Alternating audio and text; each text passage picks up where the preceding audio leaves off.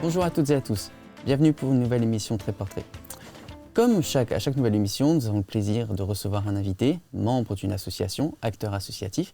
Et aujourd'hui, nous avons le plaisir de recevoir Loïc Sarrazin de l'association Conseil citoyen du Plateau. Bonjour Loïc. Bonjour Maxime.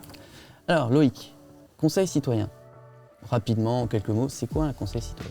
Alors le Conseil citoyen, en fait, a été créé dans le cadre de la politique de la ville, dans les quartiers prioritaires, pour essayer, tenter de donner la parole aux habitants, vers les élus, vers les structures administratives, genre préfecture, etc. En particulier dans l'aménagement national de la rénovation urbaine, qui concerne en particulier, nous, on est installé sur le quartier du Chemin Vert, donc il y a déjà eu transition, à cette époque-là, il n'y en avait pas encore. Et pour le deuxième en rue, concernant le quartier triennal et le quartier de l'Aiglon, il y a eu un conseil citoyen. Donc voilà l'historique du conseil citoyen auquel j'appartiens. Nous sommes à l'heure d'aujourd'hui 6 membres qui essayons d'être présents. Voilà. Et donc votre action à Boulogne, voilà, sur le quartier du Chemin Vert, donc elle dépasse maintenant ce cadre-là, vous vous êtes développé. Et donc là, c'est surtout pour ça qu'on se rencontre aujourd'hui. C'est pour comment appeler ça, ce dispositif, cet outil au bénéfice des habitants, qui est la fourmilière. Alors, expliquez-nous un peu ce qui vous a amené à créer cette entité interne à votre association.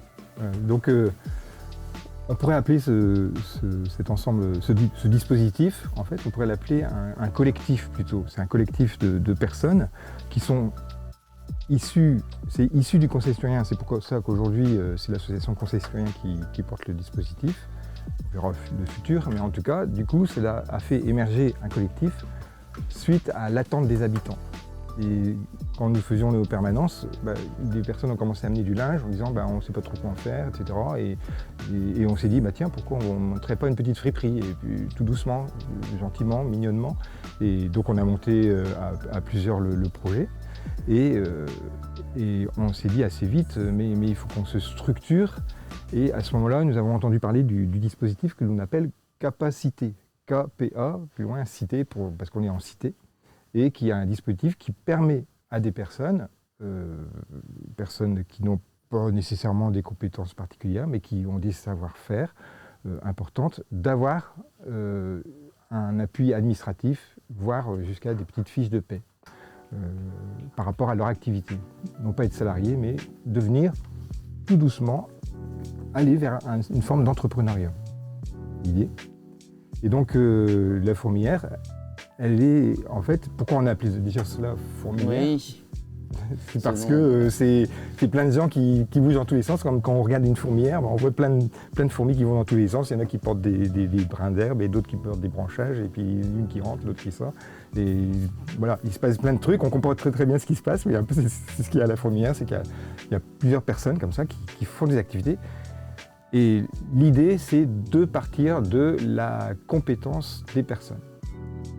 Et des fois, les compétences, les personnes en particulier dans nos quartiers, elles ont souvent une image d'elles-mêmes assez négative parce que la société leur redonne une image assez négative. Et en fait, au fond d'elles-mêmes, souvent, il y a plein de rêves et de projets qui sont enfouis des fois tout au bord de la terre, mais des fois, c'est bien enfoui. Et du fait du collectif, il y a une émulation qui se crée, et puis les personnes elles se disent tiens, peut-être que je pourrais faire ça, et puis peut-être que je pourrais faire peut-être même ça. Et c'est là que la structure, là c'était l'association Conseil citoyen, qui vient donner les moyens techniques et l'aide humaine pour que la personne puisse faire, comme une graine qui sort de terre, faire émerger son projet et devenir autonome. Donc c'est vraiment ça. C'est pas des compétences liées à un diplôme, c'est une compétence liée à la vie quelque part, à une acquisition. C'est effectivement pas nécessairement les compétences diplômées du cycle classique, quoi qu'il peut y avoir, mais surtout, principalement, chaque personne elle a en elle une compétence ou des compétences. Par exemple, un tel va aimer cuisiner, l'autre va aimer créer la friperie et vendre du linge ou le présenter aux personnes. D'autres simplement la compétence de rendre service. Ça, c'est une belle compétence. Et dans quoi je peux rendre service et dans quelle activité ? Donc, création d'un service. Et donc, on a entre autres créé, par exemple, en parallèle avec la friperie, un petit service de blanchisserie. Et donc, pour pouvoir vivre avec des professionnels, des particuliers. Et c'est ça qui est important, comme c'est porté par des personnes issues du quartier prioritaire, et ça c'est important, les personnes qui sont en QPV, qui se mettent en activité économique, elles ont toujours cette orientation vers leur pairs, vers les personnes qui sont dans le quartier. C'est toujours cette orientation qui est vraiment primordiale. Je trouve ça très bien. Alors la fourmilière est basée en plein cœur du quartier. Oui. Donc vous êtes vraiment au sein de la cité, comme vous dites. Voilà. En quoi justement ce fait d'être au cœur du quartier, c'est quelque chose de bénéfique globalement, voilà, autant pour votre association, mais les habitants. Je pense que pour nous, pourquoi on se bagarre pour essayer de faire exister, parce que c'est quand même pas simple, hein, on est quasiment dans le monde de l'entrepreneuriat, heureusement qu'on a du soutien, mais pourquoi on y tient, c'est parce que premièrement, c'est des personnes effectivement qui sont dans le quartier, comme je disais tout à l'heure, qui n'ont pas nécessairement une bonne image vue de l'extérieur, ici de Boulogne ou de la communauté boulonnaise. Comment des gens du quartier qui montent une entreprise, mais comment ça peut se faire, qui créent des services par eux-mêmes. Donc voilà, donc ça met en valeur la personne, les personnes qui se mettent en activité, ça leur redonne toute leur dignité. Elles ont la joie de se lever le matin avec une bonne raison, de se retrouver avec les autres pour vivre une belle journée tout en travaillant, en fournissant un travail.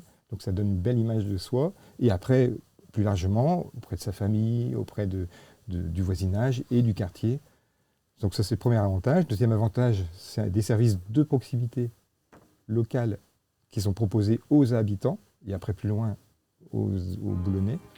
Et donc ça, c'est le deuxième avantage. Et le troisième avantage qui me semble important, c'est que du quartier du chemin vert, ou des quartiers prioritaires, si on généralise, parce que ça existe aussi dans d'autres quartiers au niveau national, des gens ensemble, un collectif peut arriver à faire quelque chose et du coup ça donne une autre image que souvent une image d'un quartier qui n'a pas bonne réputation, on va dire. C'est comme un effet domino quelque part, vous avez fait émerger quelque chose et derrière ça a permis pour tout le monde, pour toute la population, de bénéficier indirectement et directement de l'action de la fourmilière. Oui, voilà, si on veut. Et puis c'est cette image très positive d'un collectif ensemble qui peut être reconnu et apprécié. Ouais. Donc il y a des gens qui sont venus, donc qui ont travaillé quelque part pour la fourmilière. Est-ce que des gens derrière, vous avez vu reprendre une vie derrière active comment ça se passe? Ça a été un trépied, ou je ne sais pas comment dire, Tout à fait. Donc ça peut être un tremplin, on pourrait dire plus qu'un trépied peut-être. Je ne sais plus comment dire. J'ai pas trouvé le mot sur l'instant. Mais le trépied c'est pas mal non plus, ça permet de monter, de se hisser. Oui, c'est ça, c'est un peu l'idée. C'est l'idée aussi. Le tremplin de partir, de s'envoler, ou sauter du nid aussi peut-être. Il peut y avoir de belles images comme ça.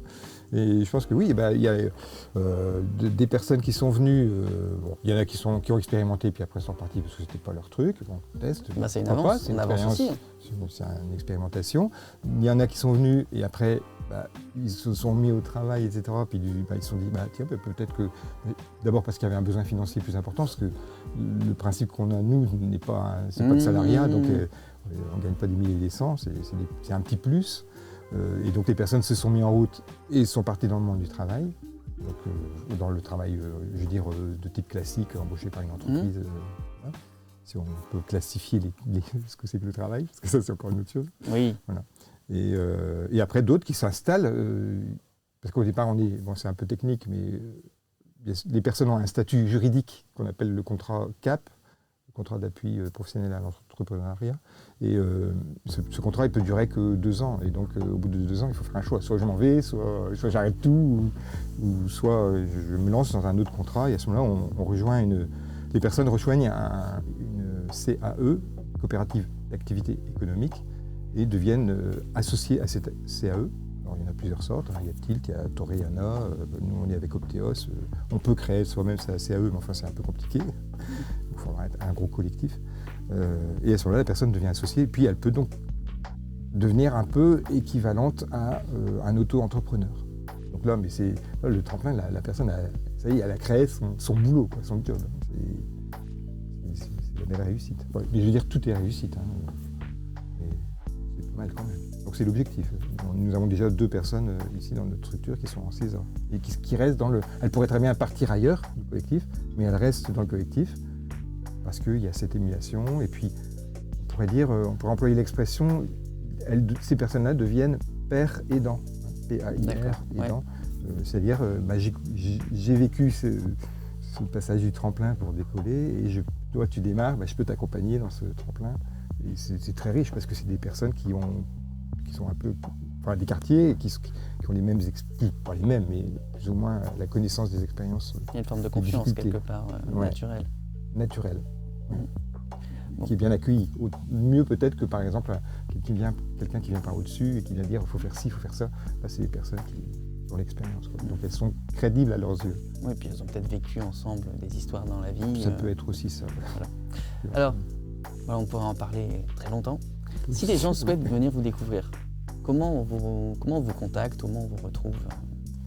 Pour nous découvrir, il faut venir dans nos locaux, tout simplement. On est ouvert toute la semaine, de 9h à 11h et 14h à 16h, sauf mercredi après-midi. Donc actuellement, on est dans un local qu'on loue à Habitat du Littoral, au 13 avenue Percier et Fontaine, à Boulogne, dans le quartier du Chemin Vert, quartier triennal. Mais comme le quartier triennal est dans le cadre de la rénovation urbaine, les bâtiments sont en train de disparaître les uns après les autres, et notre bâtiment doit disparaître. Donc on est encore là, je pense, maximum 1 an. On verra après. Bon, enfin, pour le moment, voilà. Après, nous sommes sur les réseaux sociaux, ou Conseil citoyen, ou La Fourmière, ou aussi les coopérants qui ont les activités. Puis on essaye de communiquer. Mais voilà, ça marche. Toujours moyen de vous retrouver. Oui, tapez La Fourmière du Chemin Vert sur Facebook et sur Internet, ça marche aussi. Ça marche, le message est passé. Merci Loïc. De rien, Maxime. Et on se retrouve dans un instant pour les questions très portraits. Alors, les questions très portraits. Rapidement, pour ceux qui n'ont jamais assisté, visionné une de ces émissions, thé ou café, sucré ou salé, voilà. 3 petites questions. Alors, Loïc. Oui. Gourmandise. Pâtisserie ou viennoiserie? Pâtisserie. Pâtisserie. Piscine ou plage? Plage. Plage, le sable, Le sable et puis après la mer quand même. Sur la plage, normalement, il y a la mer. Oui, ça bouge un peu plus, quoi. Et voilà, un peu plus. Télé ou cinéma? Ça dépend du contexte. Télévision, parce qu'on est chez soi tranquillement, etc. Puis on n'a pas à bouger. Et cinéma, quand c'est un beau film qui en vaut le coup, avec des beaux décors et bien. Voilà, là, c'est cinéma. Bon, super. Merci vraiment, Loïc, d'avoir participé à cette émission très portrait. Nous avoir permis d'expliquer le projet. Voilà, avec Francis qui est Francis derrière, qu'on salue. Hein. Et merci à l'équipe. Et merci d'avoir suivi cette émission. Merci à Hubert, toujours à la technique. Et on vous dit à bientôt pour une nouvelle émission très portrait. Au revoir.